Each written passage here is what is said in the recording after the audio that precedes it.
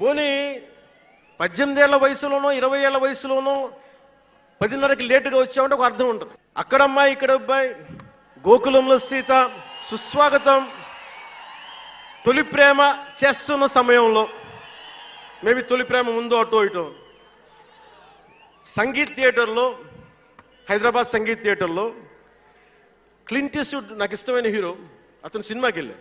Bridges of Madison county అని ఒక English novel ఆధారంగా తీశారు. అది నాకు ఇస్తుంది ఆ నవల్.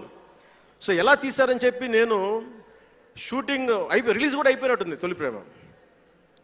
నేను నా ఫ్రెండ్ ఆనంద్ సాయిని, హరీష్ పాయిని, ఇంకో 2-3తోటి సెకండ్ షోకి వెళ్ళా. సెకండ్ షోకి వెళ్ళి ఇంటికి వస్తే కింద మా నాన్న, ఇంట్లో పైన రూమ్లో పడుకోవాల్సిన మా నాన్న కింద కుర్చీ వేసుకొని ఓ నీల్ కమల్ చైర్ వేసుకొని నా కోసం వెయిట్ చేస్తా ఉన్నాడు. ఎక్కడికి రా వెళ్ళామని. షూటింగ్ అన్నాడు. షూటింగ్ అన్నాడు, సినిమాకి వెళ్ళానంటే ఆయన ఎట్లా తిట్టాడంటే నన్ను నేను చాలా తప్పుడు పనులు చేసేస్తున్నట్టుగా, ఏదో బార్లో కూర్చొని తాగేసినట్టుగా. నేను అప్పటికి కొంచెం గుండె ధైర్యం తెచ్చుకొని చెప్పాను. అక్కడ మా నాన్న అంటే భయం, చిన్నప్పుడు చాలా కొట్టేవాడు మా నాన్న మమ్మల్ని. ఆ భయం నన్ను కొట్టింది తక్కువ కానీ మా అన్నయ్యని కొట్టింది ఎక్కువ. సో ఎముడికి మొగుల్లో ప్రసాద్ బాబు ఉంటాడు. చిరంజీవి గారు పక్క వ్యక్తిని కొడితే ఇతను లైన్లోకి వచ్చేస్తాడు. అక్కడ నేను డిసిప్లిన్లోకి వచ్చాను. అట్లాగే వీళ్ళని కొడితే నేను డిసిప్లిన్లోకి వచ్చాను. నాకు ఆయన కొట్టక్కర్లేదు, నేను డిసిప్లిన్గా ఉంటాను.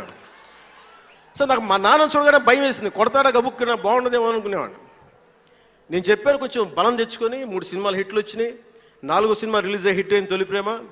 నాన్న నేను హీరో నన్న సంగతి కూడా మర్చిపోకు, నువ్వు అర్థం చేసుకో అని చెప్పాను. ఇంకా ఎక్కువ తిట్టాడు. అంటే మా నాన్న తిట్లు ఎలా ఉన్నాయంటే చెప్పలేను. కానీ ఈ అర్ధరాత్రి అపరాత్రి తిరుగులు ఏంట్రా, ఈ సెకండ్ షోలకి వెళ్ళడం ఏంటి, ఏదో హీరో అయ్యావు అయితే అన్ని లిఫ్ట్ చేసేస్తావా అని తల ఉంచుకొని పైకి వెళ్ళిపోయాడు.